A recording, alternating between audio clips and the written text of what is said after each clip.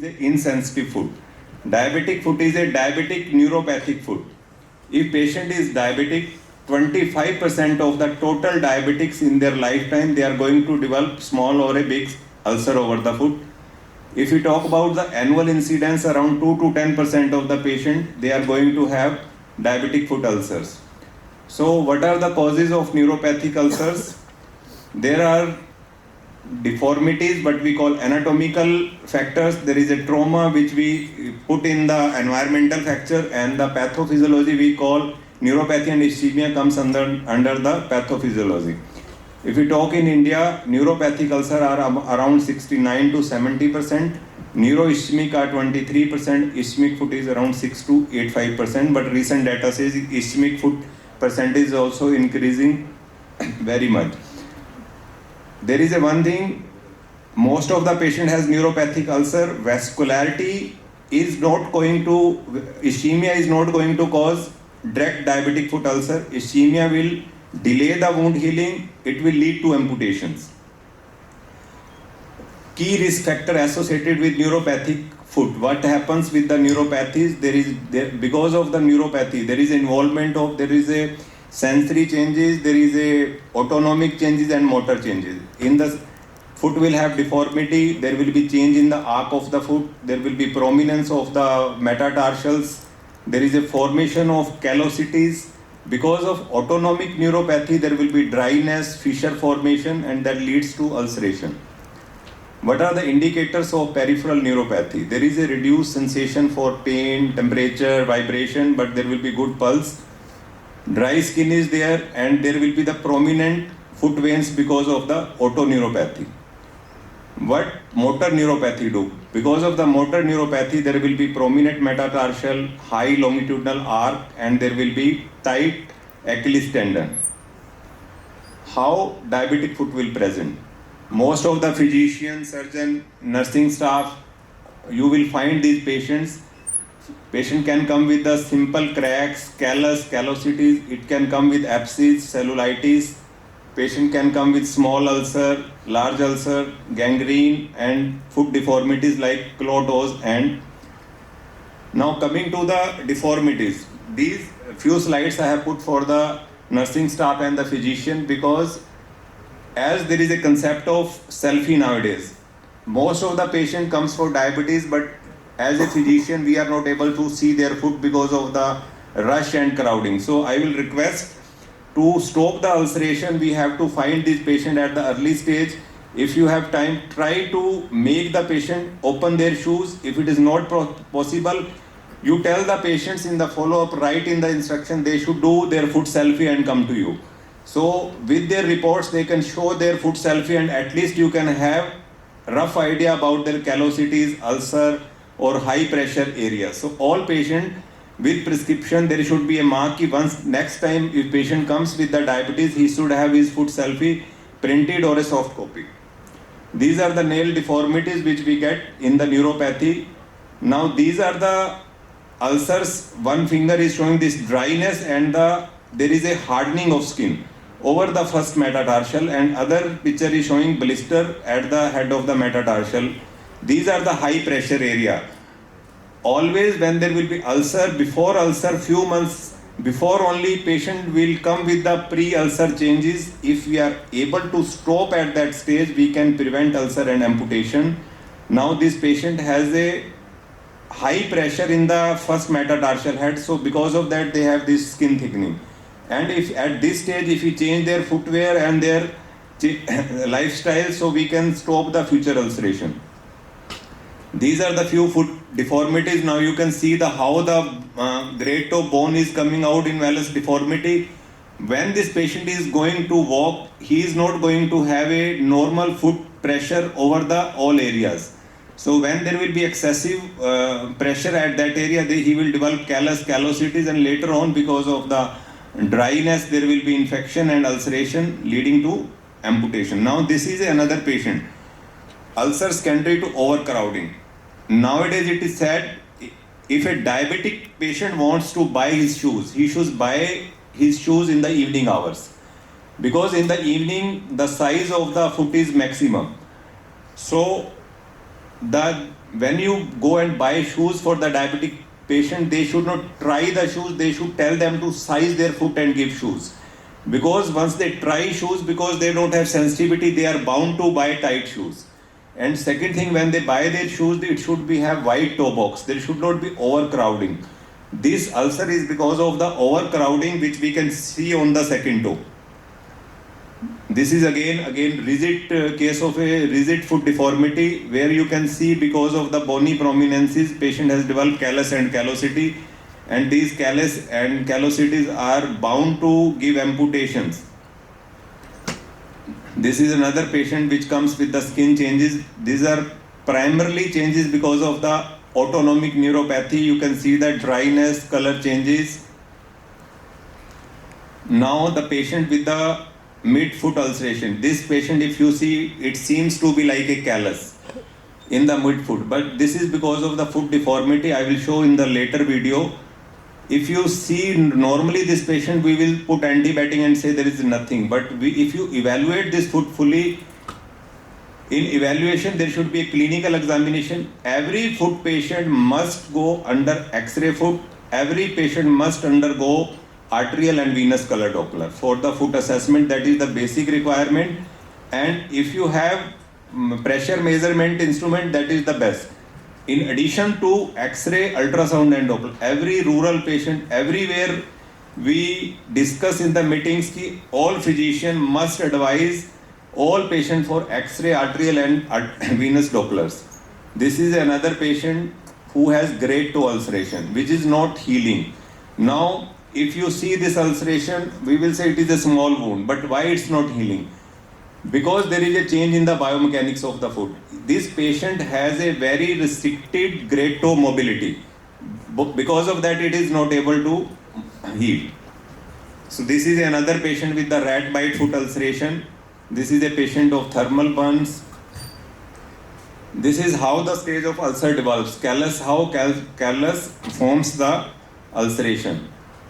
Someone has rightly said coming events cast their shadows before. As here comes the physician's role. Physician have to intervene. They have to see all diabetic patients for foot to avoid these ulceration in the future. This is another patient who went under transmetatarsal amputation, but because the burn was on other foot, so now he has developed ulcer over the other foot. Again, that skin lesion predict the future ulceration. So what we should do?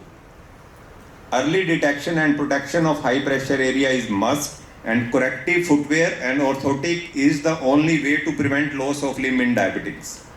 This is the machine which I am talking about for the pressure measurement. All diabetic foot should have pressure measurement. We should delineate the pressure areas, and then accordingly footwear should be given. When there is a no complaint, there is no examination. When there is no high index of suspicion, there is going to be amputations. Because diabetic foot lesions are iceberg, only small part is visible. The previous slide which I showed, what was when we were examined, there were osteomyelitis of second and third toe that required amputation. This is another patient which was having talus navicular osteomyelitis. We did curettas and did offloading for 24 weeks. It took around 24 weeks to settle down. This is another patient who has gone amputation, but after amputation, if you don't provide the special footwear, she is bound to have recurrent ulcer. We are here to treat ulcer, but we are there to treat re-ulceration. 83% re-ulceration occurs within 12 months. Patient keep on roaming at your clinic. This is another patient who went under amputation because of burnt other foot ulceration was developed. Now, what is the danger for the diabetic foot? These slippers are the most dangerous for the diabetic foot patient. In rural area, they are present in this. In urban area, they are present in the fancy forms. All diabetic patients should have these kind of footwears. Offloading should be done for the all ulcers. If there is an anterior foot ulcer, there should be anterior ortho wedge shoes be used. If there is a posterior ulcer, there should be posterior ortho wedge shoes be used. These are the air casts which are used for the Charcot foot, though total cast TCC is the standard. So what should be the principle of foot surgery? BK amputation requires more calories, there is a more cardiac reserve, 5% of the patient are undergo mortality within 5 years. So why amputation should be avoided? This is the reason we should decrease their cardiac load also by giving them good footwear. Always deformed foot with good footwear is preferable than amputated leg with the sophisticated prosthesis. These are the few procedures which we do for decreasing the pressure. This is when there is a tight plantar fascia release is done. This is Keller gap arthroplasty, which I have shown wound was not healing. When we do Keller gap arthroplasty, proximal part of the phalanx is removed and the pressure mobility increases and these ulcer healed. This is another procedure which FHL tenotomy we do for the tip ulcers of great toe. Then girdle stone procedure is done for the cloto correction. These are few more offloading surgeries which we do. Single metatarsal head removal when ulcer is not healing. Some patient require all metatarsal head to be removed, and Achilles tendon lengthening is a OPD procedure most commonly done for increasing the ankle movement. So biomechanic viable foot with good footwear is the good option. Shoes for deformed foot. So take home message is foot salvage surgery should be based on biomechanical basis, even in acute cases. Foot salvage surgery is not the wound healing but prevention of recurrence with biomechanically viable foot. We need to develop diabetic foot centers as specialization. If offloading of the affected foot is not done, patient walks to death. Thank you very much. Thank you, Dr. Sanjeev Bhatia. Excellent talk, and you got an overview of pathophysiology, primarily neurovascular, immuno, and the mechanical insults to foot cause these, abnormalities. And if we don't take action, we tend to end up having amputations and all the catastrophes. We will have our chairperson would be talking in the end of the 3 talks, and we move on to the next talk. It'll be antimicrobial therapy, how to choose in diabetic foot by Dr. Anita Sharma. Dr. Anita Sharma heads the microbiology department at Fortis Hospital, Mohali, and she's done extensive work on diabetic foot, and she has her own data as well as Indian data. So I think we are going to know a word about antimicrobial therapy. It varies with the stages of foot, early, midway and severe, they're different, and she's going to tell you all about that and how to choose the antimicrobial. Thank you, chairpersons and the organizers of this conference. Good morning, everybody. At the outset, it's a great opportunity to share some of the evidence-based practices about choosing the right antimicrobial therapy in diabetic foot infections. We just heard that India has a huge, humongous problem of largest number of diabetic patients in India. India also has the largest problem of antimicrobial resistance and high antimicrobial usage. So in this milieu, choosing the right antimicrobials sometimes can become challenging. And in the next few minutes, I'll share some of the evidence that we have available with us to help you choose the right treatment. So I'll be pacing my talk, about this, focusing on the factors very briefly on the factors influencing the choice of antimicrobial therapy. The microbiology of diabetic foot infections, which is very important for you to understand before you can actually go to the the correct therapy, and we'll discuss the selection based on some of the case scenario which we have chosen here. So infections in diabetic foot ulcers, they are frequent and they can be serious. In fact, it's said that about 50% of such ulcers are infected upon presentation, and they are also responsible, these diabetic foot infections are responsible for a majority of the non-traumatic lower limb amputations, which is this conference is all about. Also, the fact is that these are chronic infections. Patients keep coming back to you again and again, and therefore is exposed to multiple antibiotics over the course of time. And this also leads to the prevalence of MDRs in such patients. And the treatment choices and durations are governed by many factors. So if you look at the factors influencing the choice of antimicrobial, they can be basis the clinical presentation, what is the kind of lesion the patient is presenting with, is it a skin or soft tissue infections, or has it gone deeper into the bone. Then is the severity, which has been very well classified by the associations like ITSA and IWGDF, and which classifies into a large gamut presentations of uninfected to limb or life-threatening one, and the duration also has a bearing on the kind of antimicrobial therapy that you would make a choice of.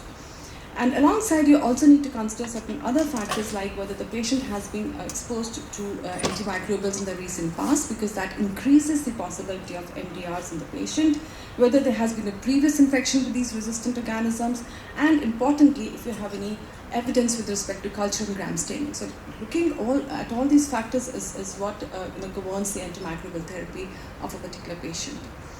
When we look at the microbiology of diabetic foot infections, it varies. You get everything possible over there. And the commonest organisms that we see can be clubbed into groups like gram-positive cocci, chiefly Staphylococcus and beta-hemolytic streptococcus. This is how they appear in a gram stain or a culture. Or they could be a very big group of gram-negative bacilli, and Pseudomonas, as you can see, you would have seen the greenish pus very often coming in the patients is due to this particular organism. Aside to that, there is a significant presence of anaerobes also in diabetic foot infections. However, their prevalence is very poorly characterized because it's not easy to isolate them. Not very many facilities have the infrastructure available to detect these anaerobes from the samples sent. They are usually present in deeper lesions and often associated with foul-smelling, malodorous lesions associated with fever. So always keep an index of suspicion high when you see such kind of foul-smelling wounds in your OPDs. And some of the anaerobes which are frequently associated are Bacteroides, Fusobacterium, and Bacterophilus. And in fact, some of the literature even mentions that Bacteroides is a species which is often associated with amputation. Interestingly, the prevalence of these bugs, they vary basis the geography, and it is said that in the Western world, it's majorly the gram-positive cocci which we often isolate from these patients. However, in tropical countries, in warm countries, and countries like ours, we often see a predominance of gram-negative bacilli in such wounds, especially if there is a chronicity associated with it. So the message is that we need to consider the presence of gram-negatives in our population more than what the Western literature says. Now, this was a review of literature which was done in one of the studies where they looked into various studies which were published in India from 2005 to 22, and they also showed that all these studies cumulatively demonstrated that the gram-negative bacteria was isolated or present in about 64% as compared to the gram-positive, which was to the tune of 36%. You would see the absence of anaerobes here because, as I said, they are not easy to isolate and identify in the usual laboratories. At our own institute also, we have a similar experience with a preponderance of gram-negative bacilli to the tune of 72%. And out of them, the Enterobacteriaceae was 42%, and non-fermenter gram-negatives, what we chiefly call as Pseudomonas and Acinetobacter, they were about 30%. Gram-positive cocci, majorly comprising of Staphylococcus and Enterococci, was about 28% of our total bugs burden from the data from the laboratory. Interestingly, as we would understand, they have a monomicrobial or a polymicrobial presentation, and generally with acute infections where the duration of the infection is less, we usually see one type of organism, and in case it is chronicity, we generally see 2 or 3 types of microorganisms there. So to summarize, as far as the microbiology is concerned, if it's an acute infection, previously uninfected, untreated, the chances of aerobic gram-positive cocci like Staphylococcus is high on the cards. On the other hand, if the patient has got chronic infection, it's a deep infection, previous history of antibiotics, do consider the possibility of the gram-negs and the anaerobes for the deep-seated infections. And if the patient is chronic complicated, the presence of multi-drug resistant bacteria is high on the cards, like MRSA, VR, multi-drug resistant Klebsiella, E. coli, and Pseudomonas. So with this background, let's come back as to what influences our choices when we are dealing with these patients.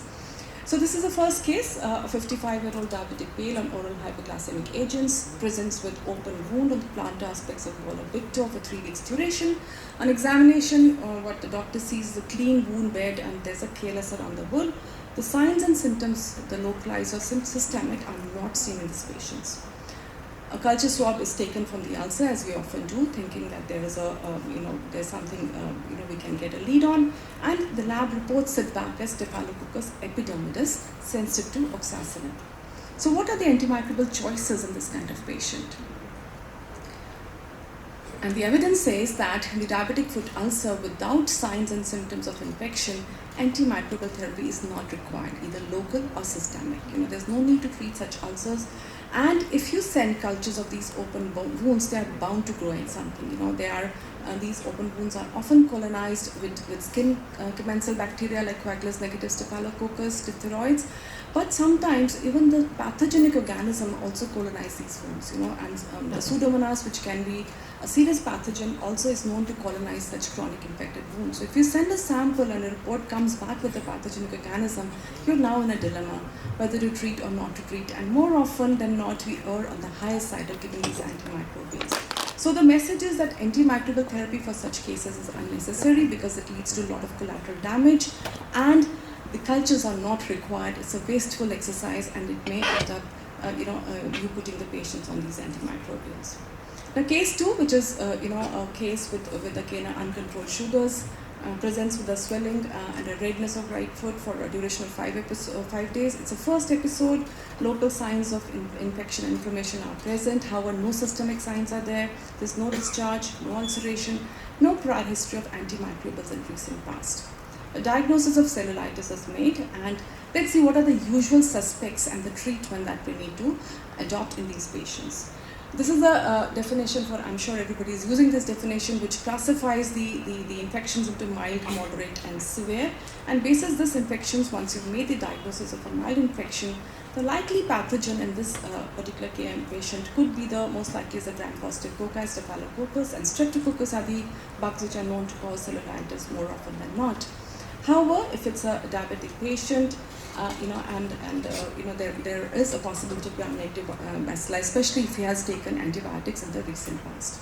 So the treatment of mild acute DFI, as given by the Infectious Disease Society of America, is about treatment of these gram-positive cocci with either first-generation cephalosporins like cefazolin or cloxacillin. In case the patient is intolerant or has allergy to cephalosporins, the next best option is the clindamycin. And in case there's a recent antibiotic exposure, add an BLBLI, a first generation like amoxiclav to this particular patient.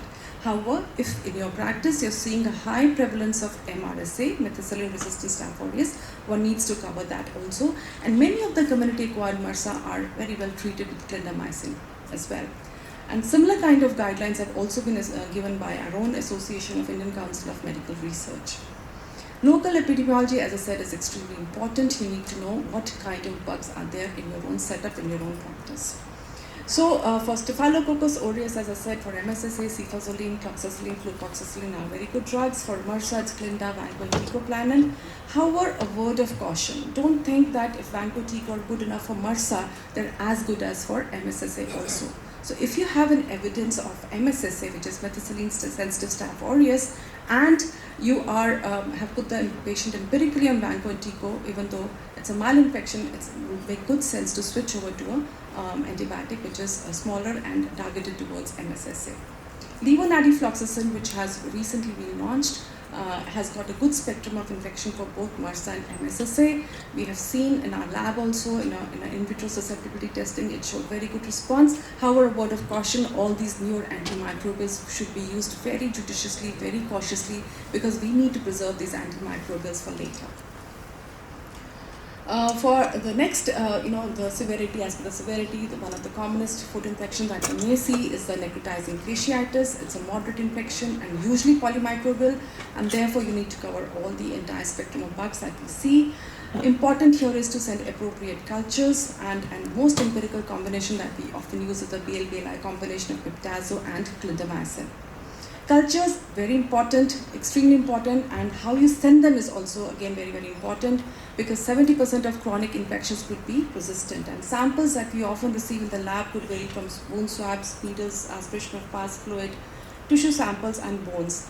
Wound swabs are the commonest samples that we get because they're very easy to obtain and they're probably convenient for both the doctor and the patient. However, they are very, very poor samples because very often they grow colonizers rather than the true pathogens. So it makes good sense to spend some time, cleanse the wound with sterile saline and a gauze, and from the bed of the ulcer or a representative sample, if it's sent, it will give you better results.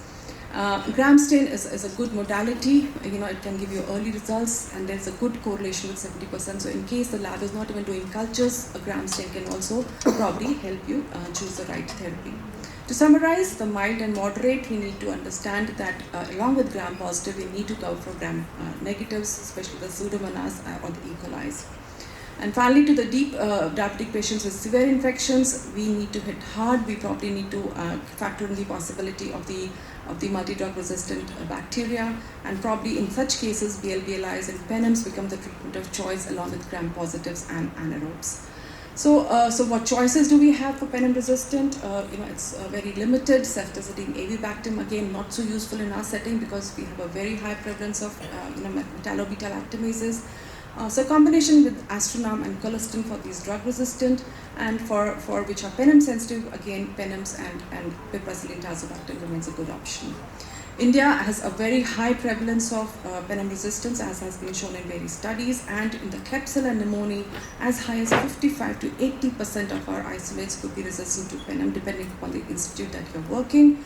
The resistance mechanisms are variable, and therefore it's very good to understand what is the mechanism of resistance, because Cefta-AV, when it was launched in our country with great promise for Klebsiella, we found it to be redundant because majority of our isolates did not produce KPC. Intensive, but resolving slower than what is expected, up to 3 to 4 weeks. And if surgical debridement has been done, you can actually reduce the duration of therapy to 10 days also. And in case it's not resolving, probably you need to reevaluate the patient. And with respect to bones, it could vary from 2 to 5 days if it has been resected and treated, to 6 weeks also if there is a bone is dead or no bone resection is possible. Keep the possibility of de-escalation wherever it's possible. These are some of the drugs with very good tissue penetration that you need to be mindful of. You need to be giving drugs in the correct doses because these wounds do not have good blood supply, so adequate concentration is often not reached. And finally, topical antiseptics or local application is not recommended because they are toxic to the reepithelialization process, leading to delayed healing. To summarize, it is important that empiric therapy should be changed to targeted therapy wherever possible, skilled contaminants not to be treated, and duration and discontinuation has to be mindful. So many often you don't need to treat till the time the ulcer or the infection, the lesion is completely healed. The absence of sign and symptoms is a good enough stoppage point for most of these infections. And finally, as a microbiologist, I'll say treat the patient and not the bug. Treat the pathogen and not the colonizer. Appropriate cultures, relevant epidemiology in clinical settings is extremely important for making the right choices, and surgical intervention wherever possible. It shortens the duration of treatment. Thank you very much for your patient hearing.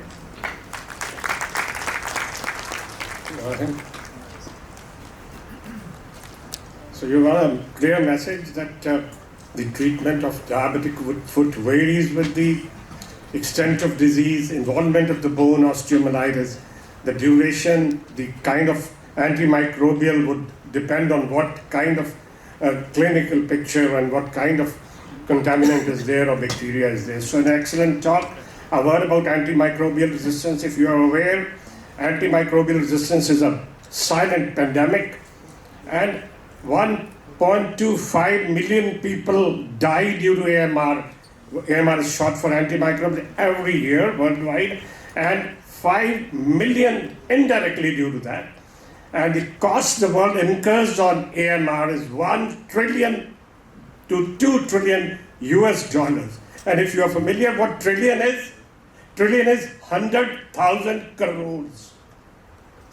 1 lakh crore is a trillion, and I'm talking about dollars. So AMR is a huge thing. We should choose the right antibiotic. We should choose the right modality, whether debridement is required and what kind, the duration. I think that will set the ball rolling for a good outcome.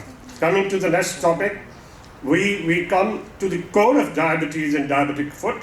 Management of diabetes during diabetes foot treatment by Dr. Sachin Mittal.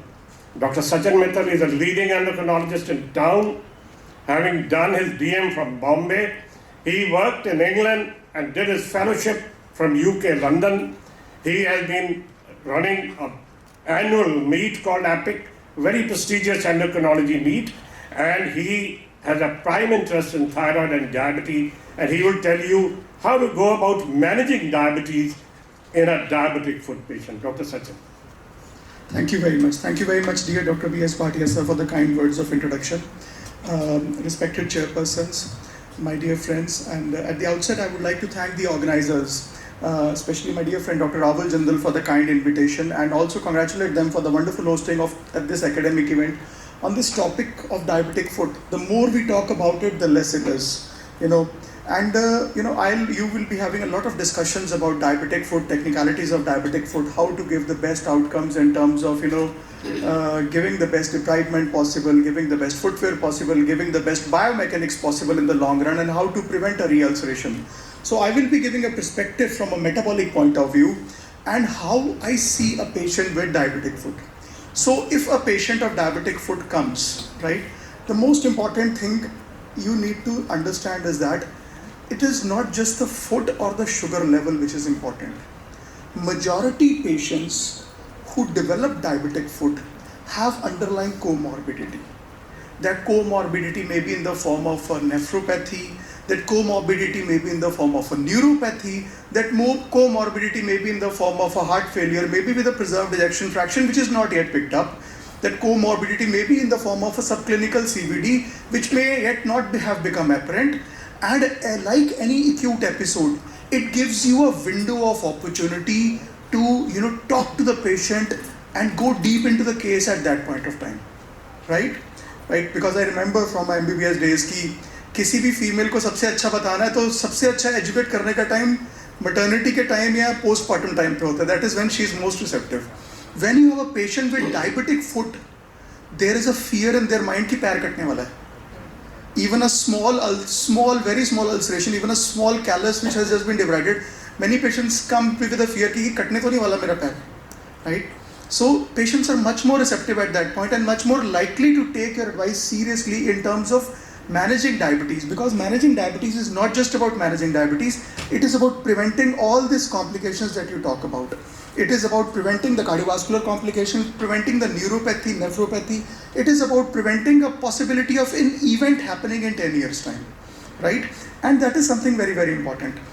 Large number of patients with diabetes develop diabetic foot, right? I was trying to find out the literature as to how many patients actually develop diabetic foot in their lifetime.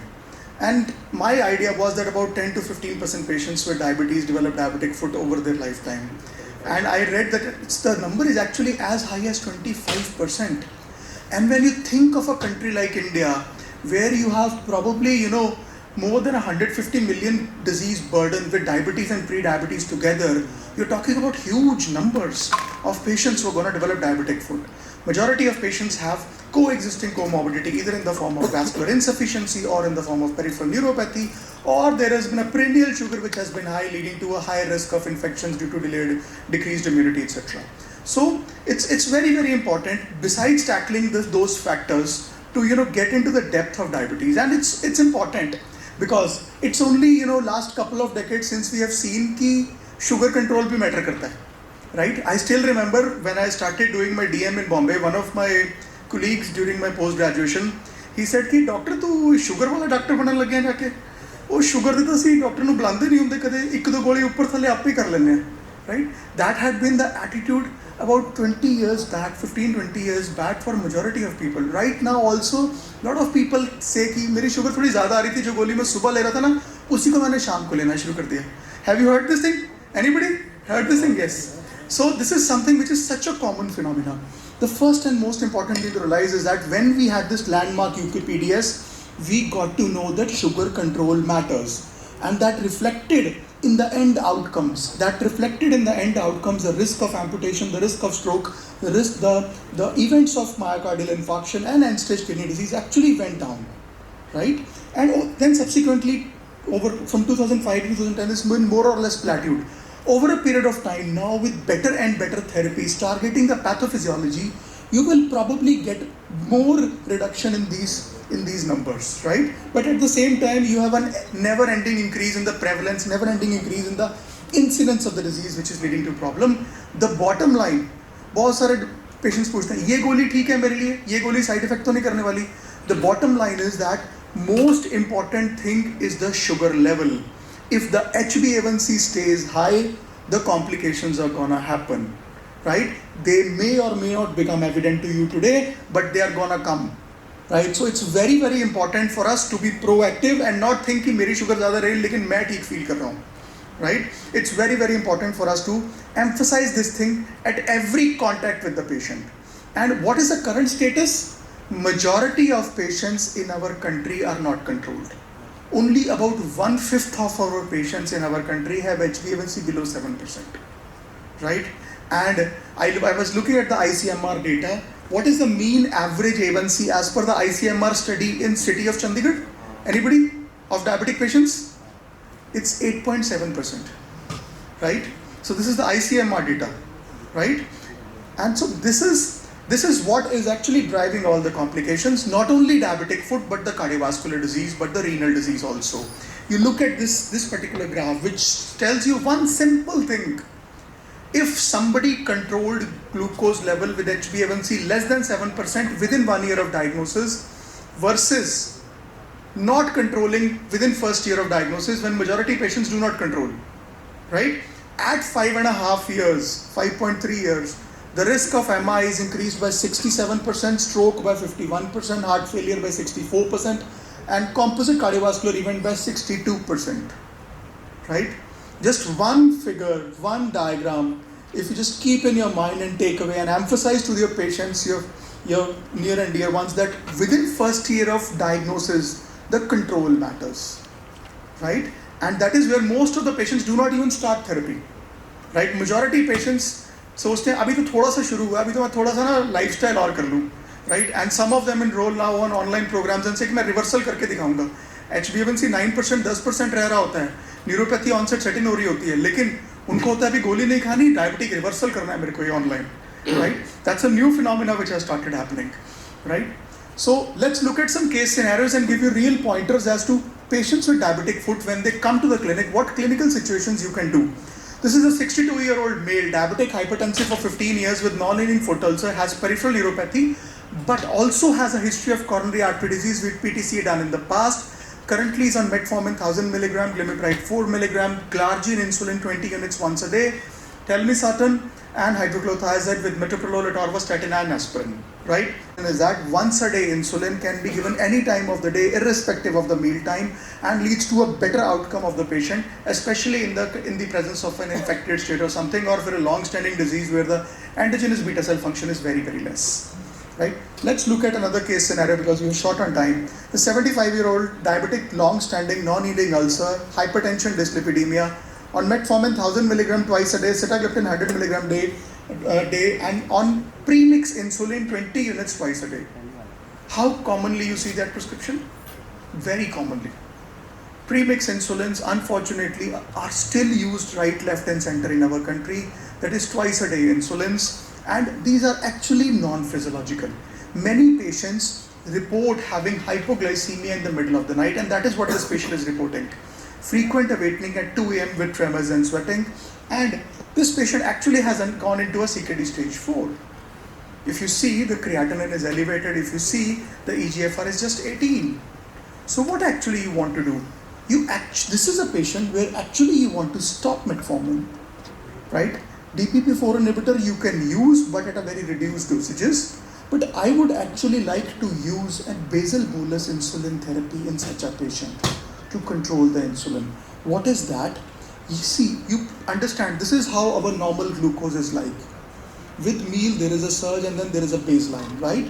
So what you need is one cover for the basal and all the covers for the meal time. This is how an ideal insulin pattern should be like, and is called as basal bolus insulin therapy, and which basically a basal output, which is the deranged hepatic glucose output, and is taken care by a single shot of basal insulin, and the prandial cover is covered by the short-acting or ultra-short-acting or regular insulins given at a prandial time, at the mealtime cover, right? This is the gold standard for giving insulin therapy, especially if you have a hospitalized patients, especially if you have a patient with sepsis, comorbidities, especially you have patients with multiple complications. This is a therapy to bank upon, right? Not the premix insulin therapy, not the not the therapy which makes patient unsusceptible. Why that is not fine? Because when you give 2 injections, there are some times of the day the patient doesn't need insulin physiologically, and it's going on inside. And typically that will happen at 2 to 3 am in the morning. And that is where the patient will collapse. And many times these patients, they have underlying heart disease, and that it can trigger an event also, right? And so that is what needs to be avoided, especially in an elderly, especially if somebody is living alone, especially if somebody has underlying heart disease, especially if somebody has underlying comorbidity of a chronic kidney disease advanced, right? But overall, that's not the most physiological regimen. The fear of hypoglycemia actually impacts adherence to insulin therapy. Almost 40 to 50% of patients report that they have not adhered to insulin therapy because they're concerned that sugar low ho jayegi aadhi raat ko, right? And that leads to various kinds of manifestations, depressive symptoms, poor quality of life, heightened anxiety, etc., etc. So that is why premix insulin is something which should be avoided, especially in this kind of a setting. And how do you transition it? You decrease the total insulin dose, you shift to a basal. But if your patient is already on a premix insulin, the sugar is high, you can take the full dose, shift to a basal bolus, cut the basal into 50% and bolus into 50%, and maybe one third of that. Right? So I'll just rush through the slides. Last case scenario, again a long-standing diabetic, hypertensive, dyslipidemic with peripheral neuropathy and having high sugars, but also having heart failure, also having UACR elevated, and is obese also. You can see the BMI over there, right? So that is why in such a situation, besides SGLT2 inhibitors, a GLP-1 receptor analog, actually if the patient can afford, will work very, very well because it will cut down the weight, it will cut down the risk of cardiac events in the future. You need to be slightly careful in terms of titration of these drugs. Cardiorenal disease actually was associated with highest mortality, and the 2 studies, DAPA-HF as well as DAPA-CKD study, which showed that when you use an SGLT2 inhibitor in the setting of these particular conditions, that is heart failure and chronic kidney disease, the all-cause mortality is reduced to the extent of 30% plus, right? The 3-point MACE is reduced significantly lesser, and as a result of which, this is what you should use. Can you use a GLP with insulin? Yes, you can, because it gives a complementary mechanism of action, and this is the thing which Dr. Bhatia also talked about, and I am also talking about, a particular molecule called canagliflozin, which actually showed there was a higher risk of amputation, and that is what has actually more or less killed that molecule. Very, very little use that is there of this molecule, but as of now with other SGLT2 inhibitors, we have not had that kind of a signal, even though we should always maintain a degree of caution. So how do you individualize A1C target? Look at the factors which are important. What is the risk of hypoglycemia? What is the disease duration? What is the life expectancy? What are the comorbidities? What are the established vascular complications? What are the systems, resources, access patient has? And most importantly, willingness for treatment. And once all of this is there, and if you have a patient with very low life expectancy, very high risk of hypoglycemia, you relax the glucose targets. Then glucose is not the most important thing in life at that point of time, right? When you have a patient with large life expectancy, young chap with preserved organs, you want to give the best possible outcomes. I always think sugar control should be like a radiation therapy goal, that is ALARA, as low as reasonably achievable. So I would just end over here. We need to control glucose early, act early, but at the same time we need to think beyond glucose, think about the complications which patients has, and try and tackle those complications proactively as far as possible. So thank you so much for all of you, for your kind listening. Thank you.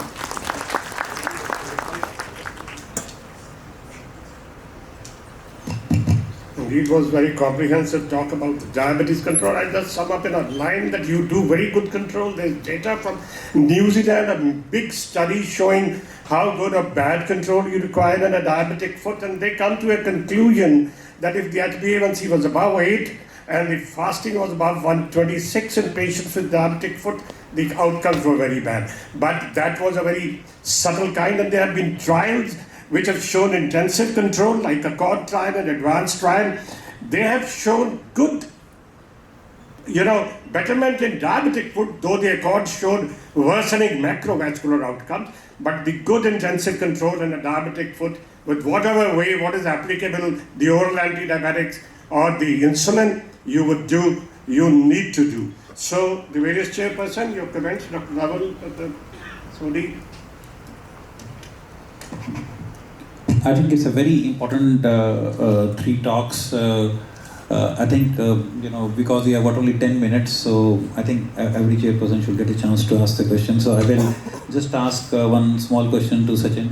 Sachin, like as a surgeons, when we were training and still now also, people use whenever the patient gets infected or gets into sepsis. So people ask to put on the sliding scale insulin.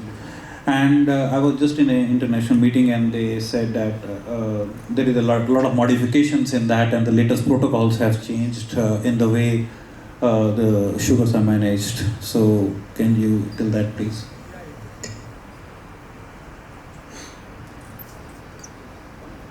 Yeah. So very important question. Actually, sliding scale insulin since long back has fallen into the disregard.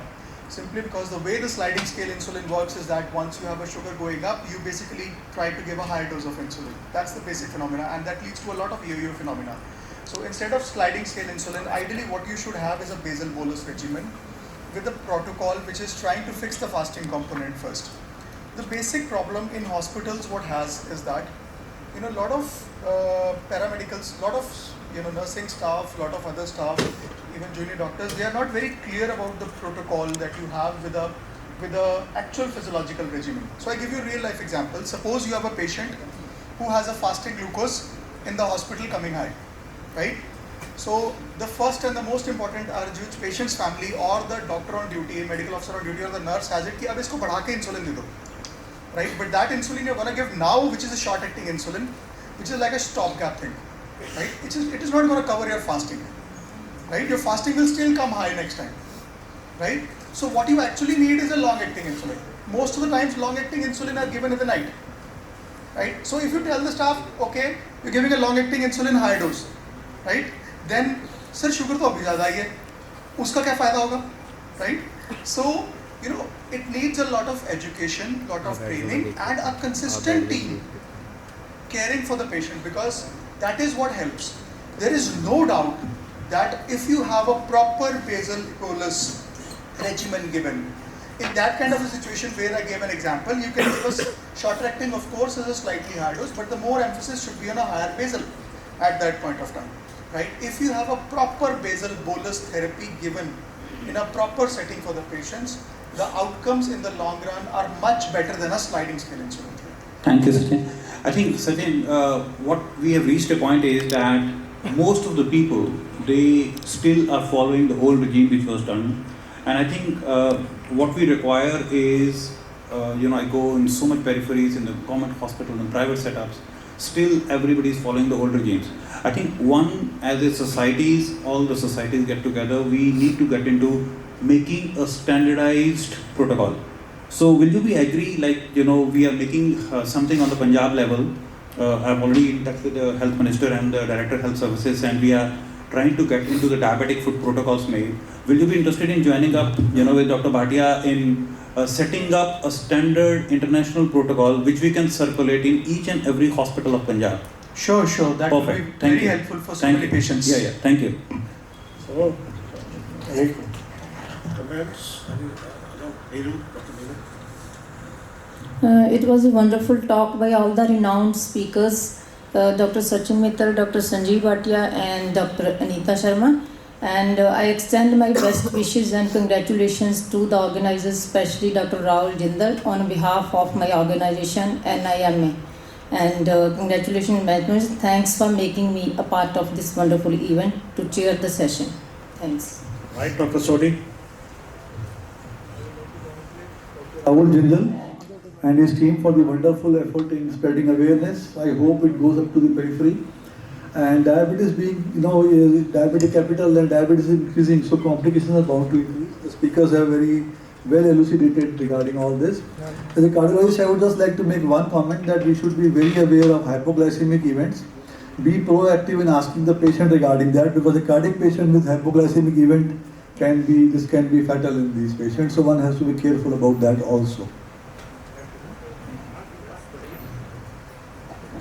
Excellent talks by all these speakers over here.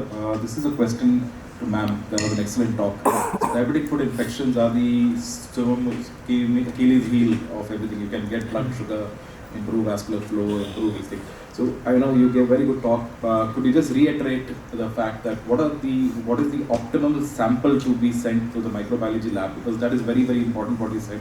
So just reiterate to the audience. Yes. So what is the optimal sample which you would need, and so thank you for highlighting this aspect, because this is one which is very often neglected. I know all of you have very busy services, and as I said earlier, it's very easy to send a swab, and which is a sample that we receive the most. And sometimes swabs become very difficult for us also to interpret, because many a times they're growing 3 or 4 microorganisms. So we really don't know which one to report, which one is a pathogen, which one is a contaminant. So swabs are the least preferred sample. And ideally what one should do, if it's an ulcer kind of thing, you should clean off the debris and the superficial muck which is there, expose the ulcer bed, maybe even at the cost of causing some amount of bleeding there, and then send those samples after the wound has been cleaned with a sterile saline and a sterile swab. So do not use any antiseptics on it for cleaning, do not use any unsterile gauze or samples. So that would be a major representative sample. Other than that, a deep aspirate, if there's any pus kind of a thing, if you're able to aspirate with a needle and syringe and send, that is the best sample, because it is completely aseptic collections. And while collection also, please ensure we need to educate our nurses who are collecting the samples sometimes how to take these samples. And same goes in the intraoperative also. A bone for osteomyelitis would be a better representative sample that we receive. Unfortunately, most of us are not looking into the anaerobes, because it's very challenging to grow them in a routine diagnostic setup. In that case, most of the times the treatment is empirical only, basis the clinical presentation. But otherwise, you get a very good correlation. And what we've seen that is the correlation with gram stain to culture is also pretty good.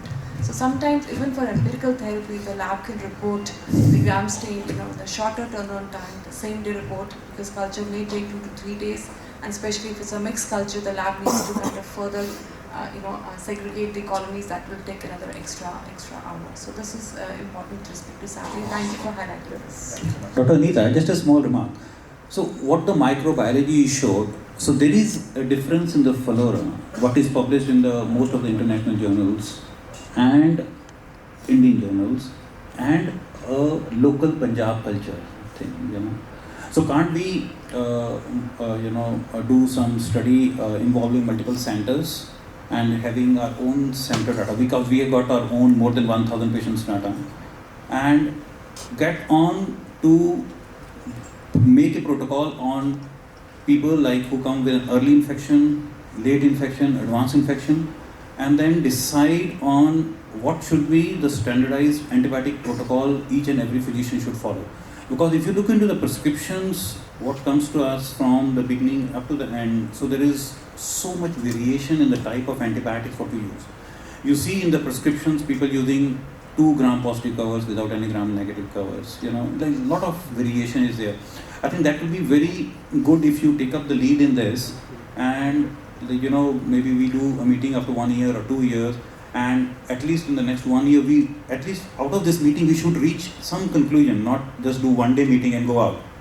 We should go out and develop a protocol so that it's useful to every physician in Punjab. We can start, and maybe then later on other states can take up this up, and we develop a national wide protocols that there should be a standardization of what antibiotics to be used, because that will also prevent the resistance, because a lot of people, they use linezolid as the first drug of choice, which is of course not the right thing. Yeah, so thank you, Dr. Ravul, for highlighting an extremely important aspect of antimicrobial therapy. As we all know that our drug pipeline is very limited, and our bugs are really, really notorious. So when to treat, how to treat, and you again highlighted a very important combination of irrational combinations, of overkill, of duration, of dosage. All these factors need to be looked into, because many times we think that we have given appropriate therapy, but the wound has not healed. So there could be many other reasons, and I think that's the need of the hour, and it has to be a multi-centric study, because flora could vary from one center to another basis upon their local epidemiology. So a multi-centric study would be absolutely wonderful to start with,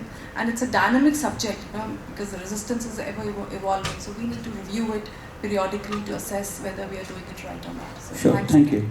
And I have chosen the speakers and the programs in a way so that we, at the end of the program, we develop at least something into it in the next 1 to 2 years. So, Dr. Sanjeev, question to you. So, do we have any data on how many amputations are done in our Punjab? Any publication, any series, anything? Just make it a red light. Is it a red light? Okay. Have any data at present. As not much work is done and there is not much awareness in Punjab specifically. So we Sure. need to work out on this. Yeah. So Dr. Bhanu is here. Dr. Bhanu, please, can I have the mic to Dr. Bhanu, please? Bhanu, can guys mic दे दो. आपने mic stand mics नहीं लगाए हुए. Then Bhanu, I've got a question to you. Dr. Bhanu Parmar, you guys must be knowing he's the president of an Association of Surgeons of India, Punjab chapter, a very close friend, and we were trained together in PGI. So Bhanu, the question is, do we have any reporting protocol when you do an amputation in Punjab, like from the government side? Like, you got reporting of everything. Because in Fortes, whenever we do an amputation, we need to fill in a form that amputation was done and this and reporting. But I don't know, do they send it to the government or not? Do we have some standard protocols or something like that? No, I don't think so. There is any protocol as such. But I think we as an association, we can work on it. As you said, that we can all come together and define a protocol, and that we can ensure that we followed all through Punjab. Though what I have done in the last 1 week, got this ideas. So I've spoken to Director of Health Services, and so she has agreed for us to develop an electronic protocol. So I have told my son, he is an IT guy, so because we don't have money, we have to do it everything free, and for the society. So he's going to develop us an electronic protocol, which will be rolled down by the government of Punjab to make it mandatory for the reporting of an amputation by every surgeon.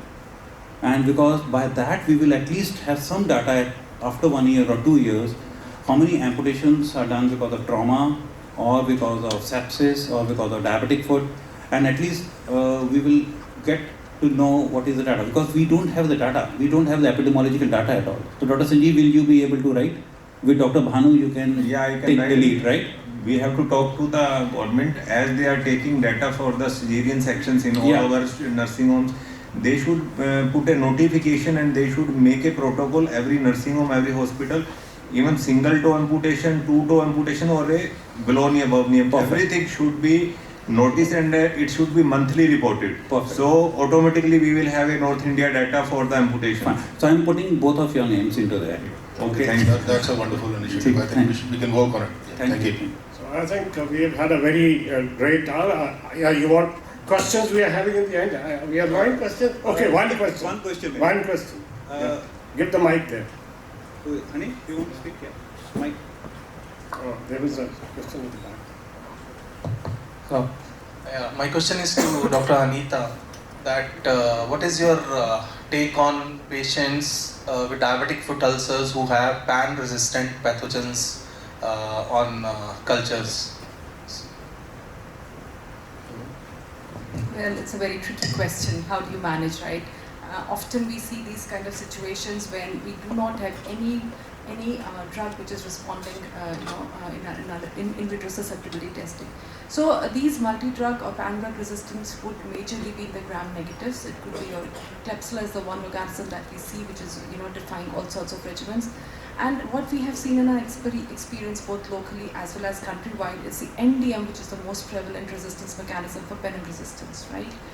Till now we have been using colistin, we have this great comfort that we have one molecule and it will do wonderfully well, but now evidence is emerging that this is not a molecule that we can really comfortably rely on.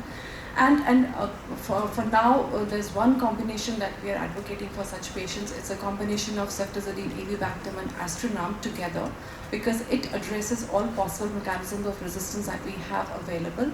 Unfortunately, the drug combination, what we're basically looking at is a combination of ceftazidime, astronam, which is not available, astronam avibactam, which is not available in our country. So that is why using a combination of these two molecules. I'm sure very soon it will be launched here as well, but that has shown good promising results both in vitro and as well as in patients. So for lack of anything else, There are a couple of molecules which are in the pipeline which have, which would address all the resistance mechanism as in India. But as you understand, the pharma companies are also scared to invest in these molecules because of the irrational usage. Once it becomes like a patent off, it's available even off the counter. So these are the challenges that we have. We have some very limited options and we have to use them very judiciously and with good evidence. Thank you.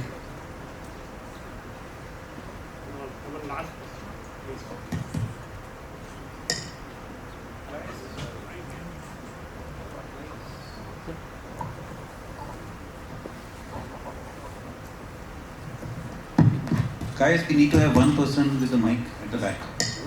Good morning to all. Myself, Dr. Meenakshi. I am a researcher working towards diabetes and well-being from past 6 to 7 years. So, I really agree the basic problem with the diabetes is awareness, screening and taboo. The people don't want to tell they are basically diabetic. So, diabetes is a major issue. Here we are discussing about the diabetes ulcer. So I have one question in my mind. What is diabetic foot?